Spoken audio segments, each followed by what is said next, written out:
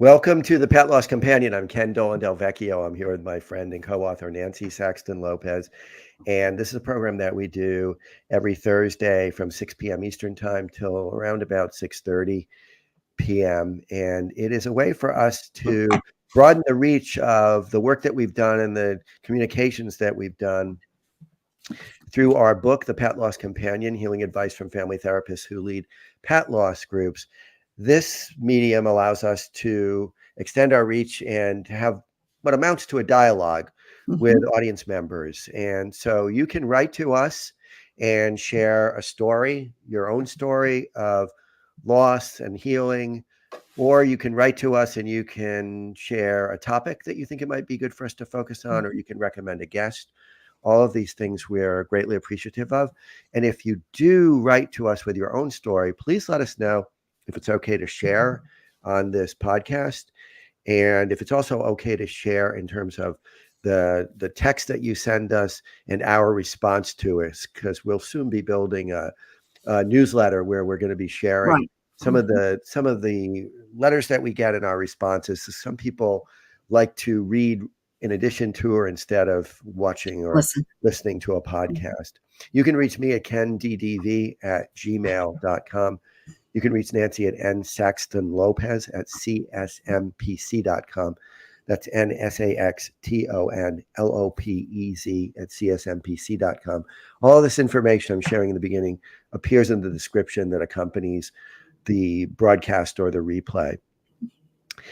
So you can also support us in a number of ways. You can support the work we do through Venmo, PayPal, monthly subscription.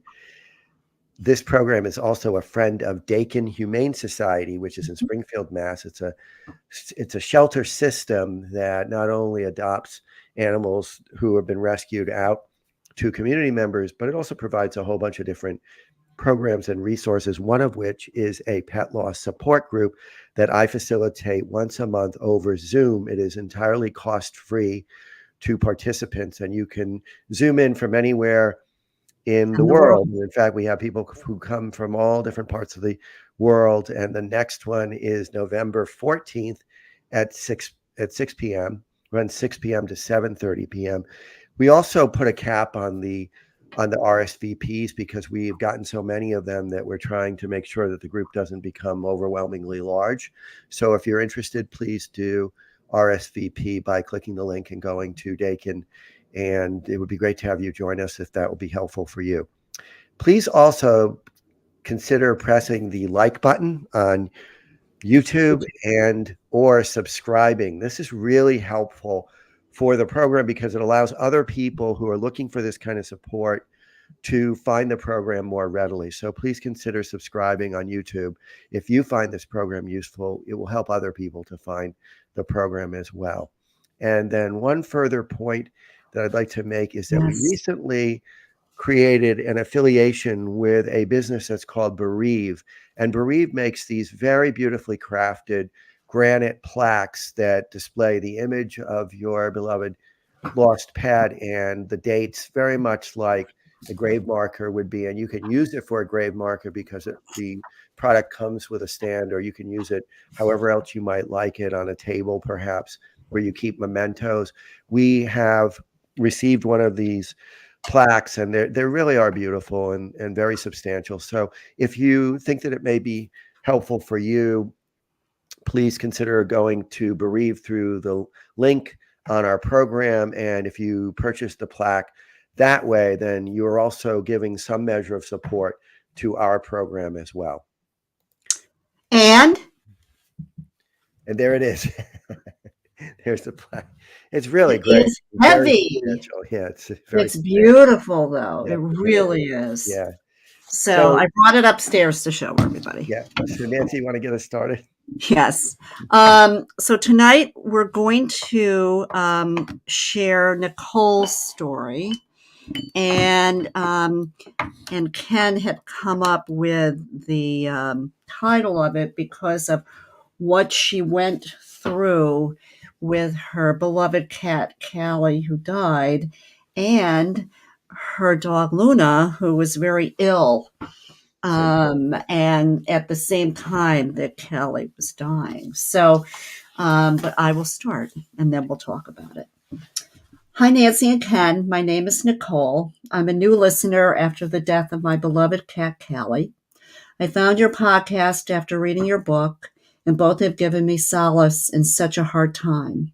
Since I've gotten so much comfort from other listeners' stories, I wanted to share my own. And that is so true. Writing it and sharing it is really cathartic.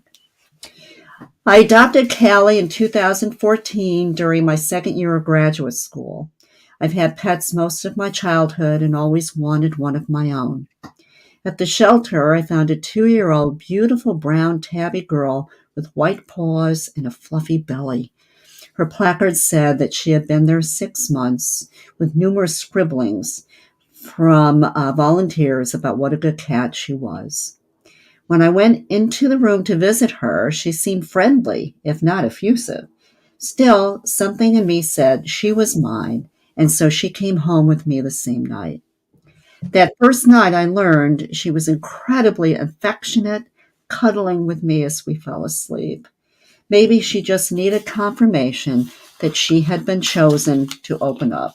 Regardless, we started our journey as cuddle buddies for the next 10 years.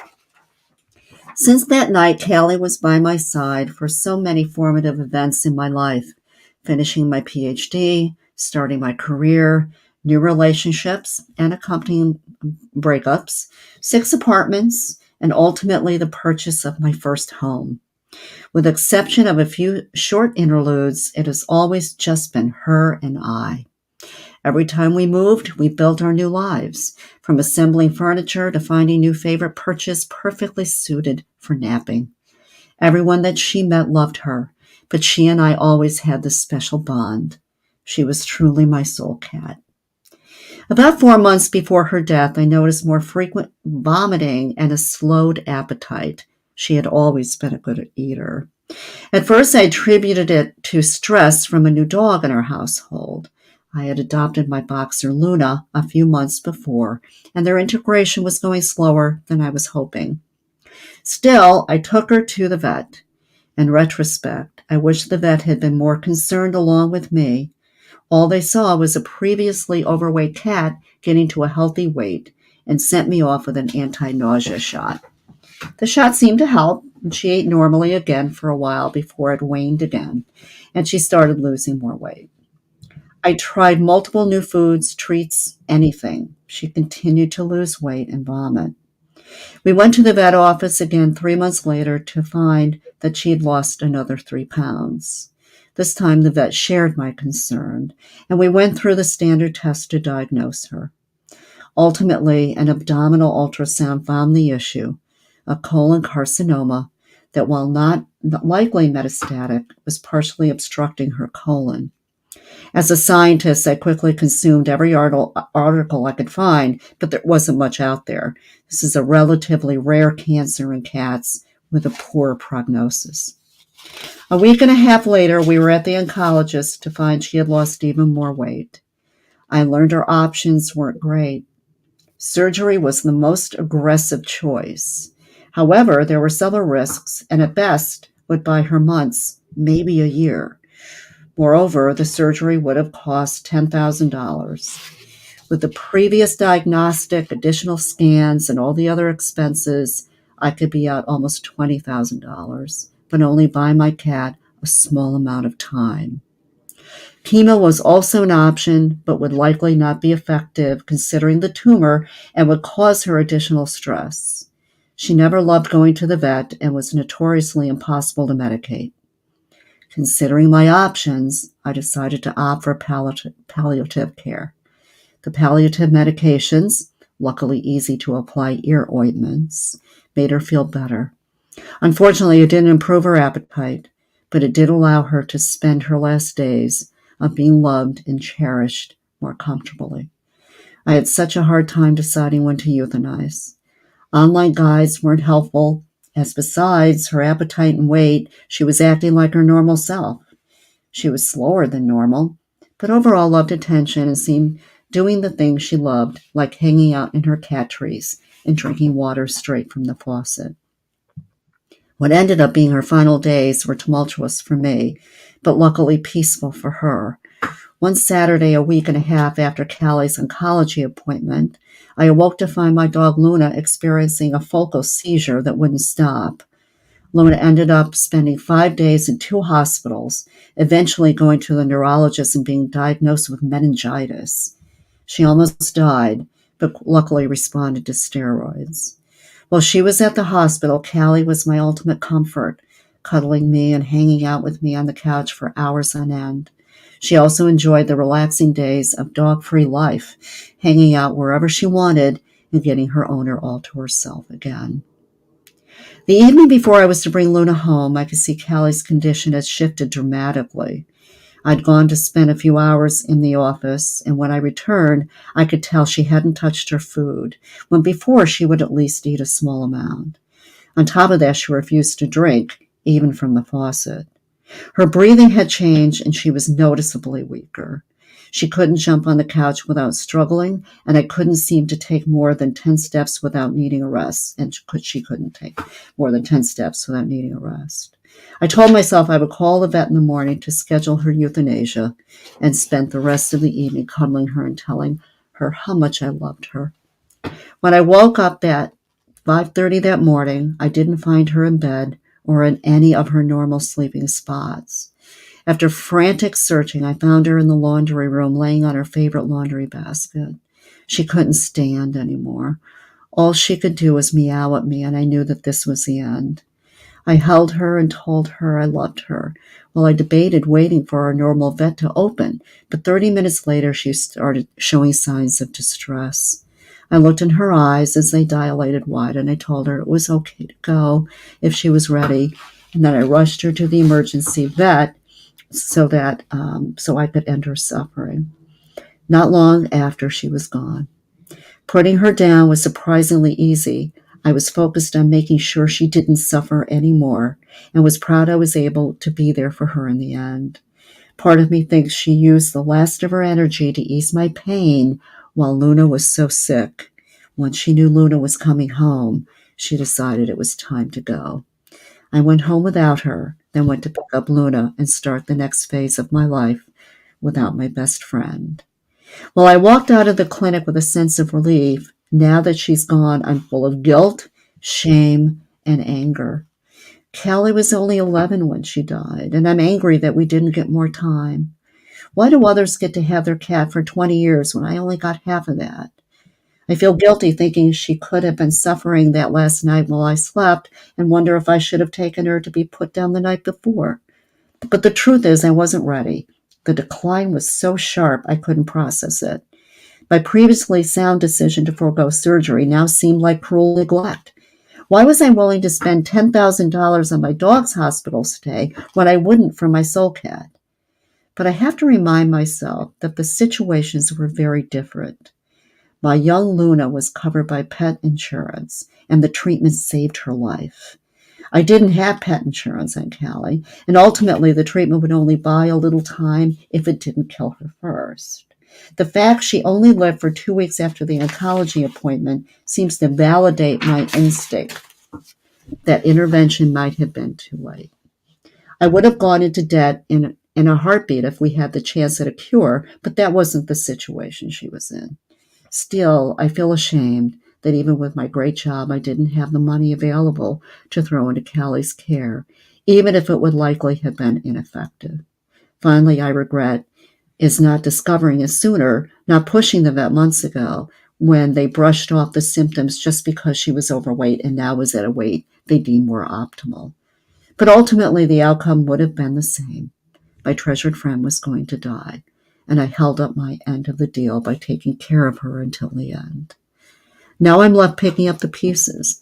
Not only do I feel so much guilt about Callie, but now I feel guilt as I find myself overwhelmed with Luna's recovery process. I'm ashamed that I'm full of resentment that Luna is here, but my soul cat isn't. I'll never feel her cuddles or hear her purr again, and it breaks my heart. Maybe it's selfish, but can you assure me I did a good job? Did I make the right decisions? I'm so overwhelmed with grief that it makes me feel like I let my beautiful girl down. I've never felt so low, and honestly, I don't know how I'm going to live without her. I know this was long, but thank you so much for reading my story. Please feel free to share any part or all of my story on the podcast. Hopefully, it can help someone else that's been in the same situation as me not to feel so alone.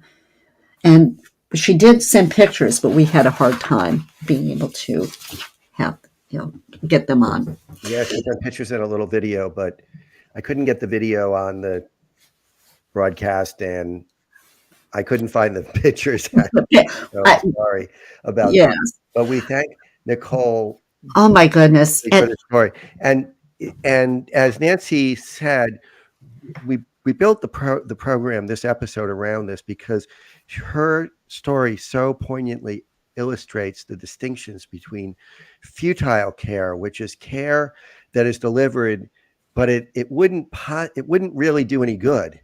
It's just going to be traumatic for the Mhm. recipient of the care because the illness has already gotten to a point where there is no hope, there's no reasonable hope for a return to good health. And palliative care is the deliverance of care to provide comfort, not Mhm. to alleviate the source of the problem, but to help the animal or the person to feel more comfortable Comfortable through the as end. they move toward the end of Mhm. their lives. Right. And curative care is care that is delivered with every expectation that the patient may survive and return to good health. And so this her story, it's so wise, and we want to Yes. really assure Nicole that she did all the right things, all Absolutely. the right things, because she judged that Callie was very, very ill, was at the very end of her life, and that the way I make sense of this story is that the attempt to do surgery, to do chemo, would have been futile. She Hmm. understood that it would have been it would have been torment. It would have been, yes, for her. It would have She been the cat didn't torment like to go to the without. vet as it was, right? And And right. And so she made the decision to go with palliative care, which I am absolutely sure was the right the decision. right decision. And then you see the other side of the other side of health and illness with Luna, who had a Right. very serious illness, who had meningitis, but it was very reasonable to expect That that the she care would. that was available would She would. return Luna to health. Mhm. And so Nicole made the decision to go with that care. And Mhm. so this is real, I think this is a very instructive story Yes. for all of us because in this great complexity, she did all the right things. And the other part of it is that she still left. She still left with all of the This grief guilt and and shame and the being guilt and upset. it's very normal. One of the things she said that is really important to note, it's very normal to feel some resentment towards survivors Yeah, in the household. sure. And the fact that she says that indicates that she's not going to act on it. It's not like she's going to be in any way less giving or loving to Luna, but she feels it. It's a normal human emotion, and so it's a good thing to just say it and put it out there Yeah. because it then allows you to not feel like it's roiling inside of you. So Exactly. we really wanted to emphasize this story because it's so helpful and so instructive, and it's so careful the way that Nicole went through this. And so it's a very loving story about the very difficult choices that Mhm. confront us when our animal companions are ill, gravely ill in both cases. And I want to talk about too, like these decisions that have to be made. And yes, Nicole, we talked just now that she did the right things. And so, because the question, I spent all this money on Luna, but I did on my soul cat, and how upset she is after the fact, right? Um, the money issue is a real issue. Oh, absolutely. And Absolutely. we all know, I mean, I took Ellie. Ellie had an ultrasound today, right? Hmm. And it was $1,000, Hmm. Hmm. and that was one ultrasound. Yeah. So, people have to also understand, which is very difficult because, of course, we want to do everything we can for our beautiful companions. However, sometimes there are going to be economic issues that are Yeah. not going to be able to be there. Yeah. You won't, some people have, they credit and all these things that they went into debt because they wanted to do that.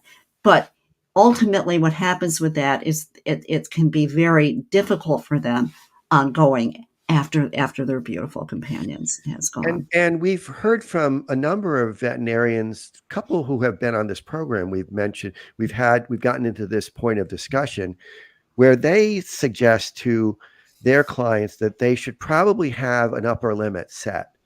Like, this is how much my home economy will allow me to spend if Hmm. my animal is in need of extraordinary care. And that will vary very much depending on your circumstances. Exactly. But it's a good idea to have a number set so that when you hit something like this, and hopefully you won't in the life of your pet, but if you hit a dilemma like this, you can recall that you did have a limit set. And for some people, that limit would be essential because they might not have access to a lot of credit and they might not Mhm. have much of a security fund. You know, we're supposed to have a certain amount of money saved for Mhm. emergency fund. They may need their money for rent and Of food, course. childcare, and Yeah. all of that.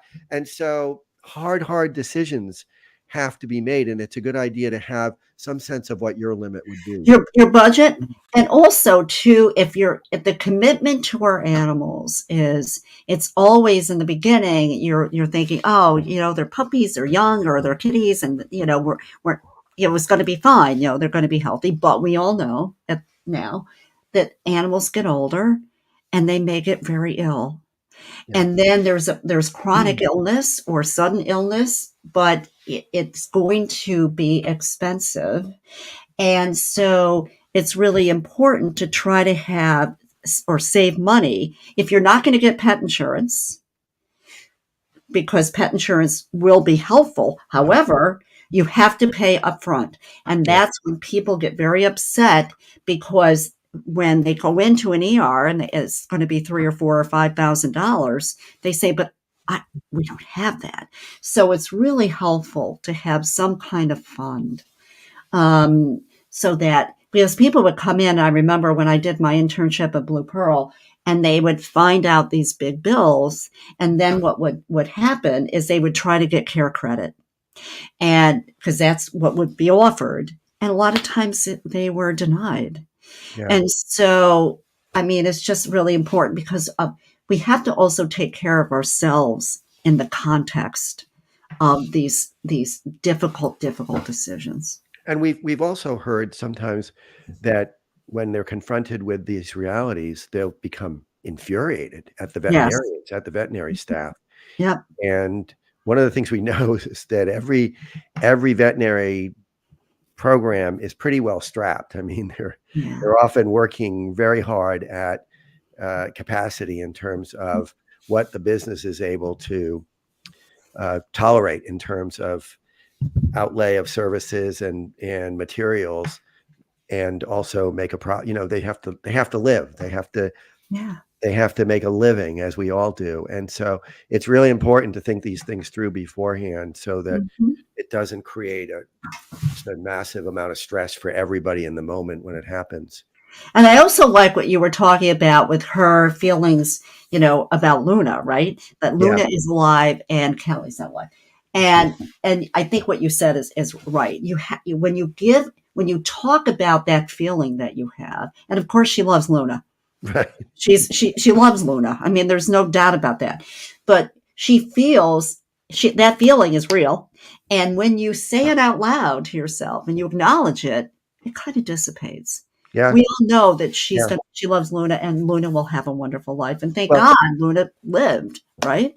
yeah, we know that if you acknowledge what you feel, and if you discharge it in some way, if you Mhm. say it or you write it down, Write it you're down. less likely to mindlessly act it out, right? If we know that we're feeling something and we are able to articulate it to ourselves and perhaps to others, or maybe write it down, we're less likely to act on it thoughtlessly. Hmm. And so that's why it's so great that she says, yeah, here I've got Luna and she's with me, and Callie's gone and I feel a little resentment, that doesn't mean she's acting on a resentment. It probably means she's absolutely never going to act on any way that isn't No. any way that isn't loving toward Luna. But it's good to just make it overt, like just Yeah, just acknowledge say it. It's just better to acknowledge say it or write it and get it yeah, out. Um, and the other thing is, our lives can be so complicated, right? yes, Here she yes, has a very ill cat that's now in palliative care, but all of a sudden Luna goes into this focal seizure, and so things like this happen for us, yeah. and she's torn, right? She did say that at least Callie was there to cuddle her and be there. I do believe actually that Callie waited Oh yeah, for Luna to come back. And that's my, I do believe the that. more years I live, the more I think that things are not coincidental. Mhm. It just seems to be so. And her insight that happened Mhm. is important, is Right. valuable. And so who we don't know for sure. There are things that are unknowable because we can't be absolutely certain, but insight and intuition are valuable, really valuable. Exactly. And look, this was her cat.